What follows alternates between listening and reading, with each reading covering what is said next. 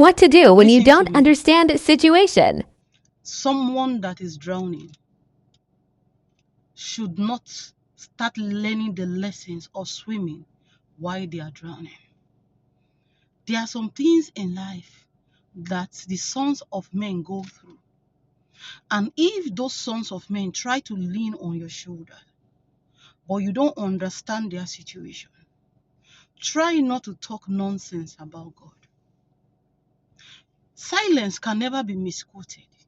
When a situation that a human is going through is something that you don't understand, the best you can do is to give that person a hug and pray for the person.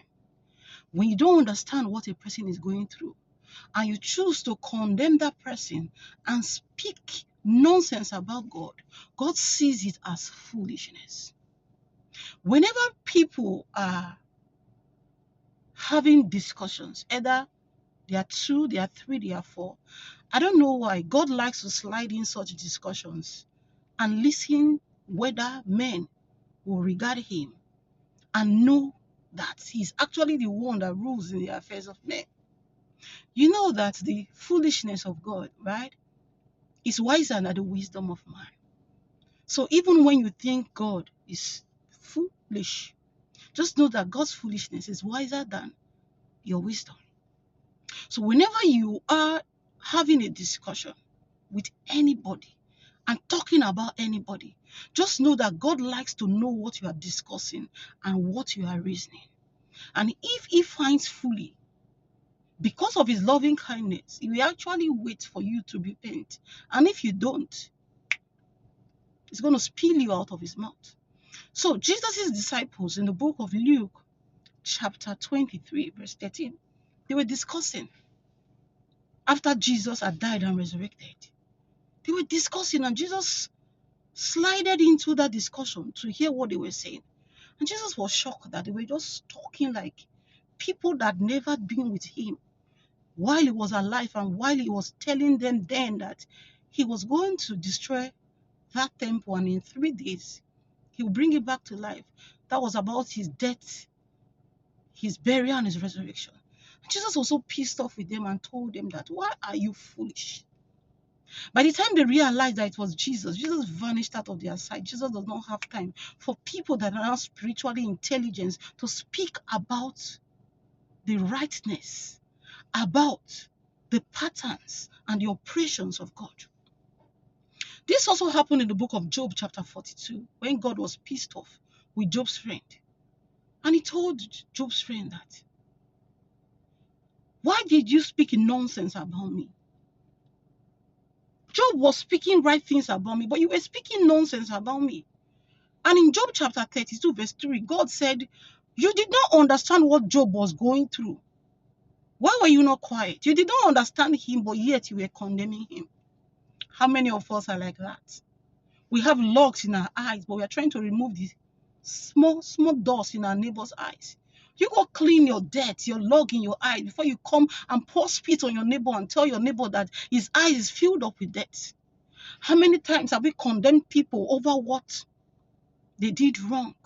And later on, we fell into the same situations or even worse situations. Let us be guided. God comes into every discussion and he wants to know whether we are spiritually intelligent to understand that he is the one that rules in the affairs of men. So when we look at the book of Luke chapter 24, verse 13, it reads, and behold, two of them went that same day to a village called Emmaus, which was from Jerusalem, about 80 furlongs, and they talked together of all these things which had happened. And it came to pass that while they communed together and reasoned, Jesus drew near to them and went with them. That's why I told you that God always draws himself into discussions. Jesus drew near to them and went with them, but their eyes were holding that they should not know him. God will always wait to see whether you are going to speak rightly about him before he will make you realize that he is God. And in verse 17, and he said unto them, what manner of communications are these that ye have one to another as ye walk and are sad? And one of them, whose name was Cleopas, answering said unto him, Art thou only a stranger in Jerusalem, and dost not know the things which are to come to pass in those days? And he said unto them, What things? And he said unto him, Concerning Jesus of Nazareth, which was a prophet, mighty indeed, and words before God and all the people, and how the chief priest, he was talking, and Jesus was so disappointed and responded in verse 25. Then he said unto them, O fools, and slow of heart to believe all that the prophet have spoken.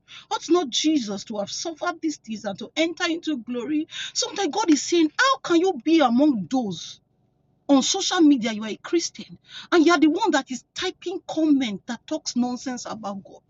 Are you saying you don't understand me? With all the Bible you are reading, with all the church you are going to, you don't understand that even my foolishness is wiser than your wisdom. You don't understand that I know what I'm doing, that I have it all planned. He told them, how come you don't understand me?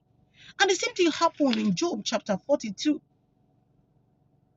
verse 7.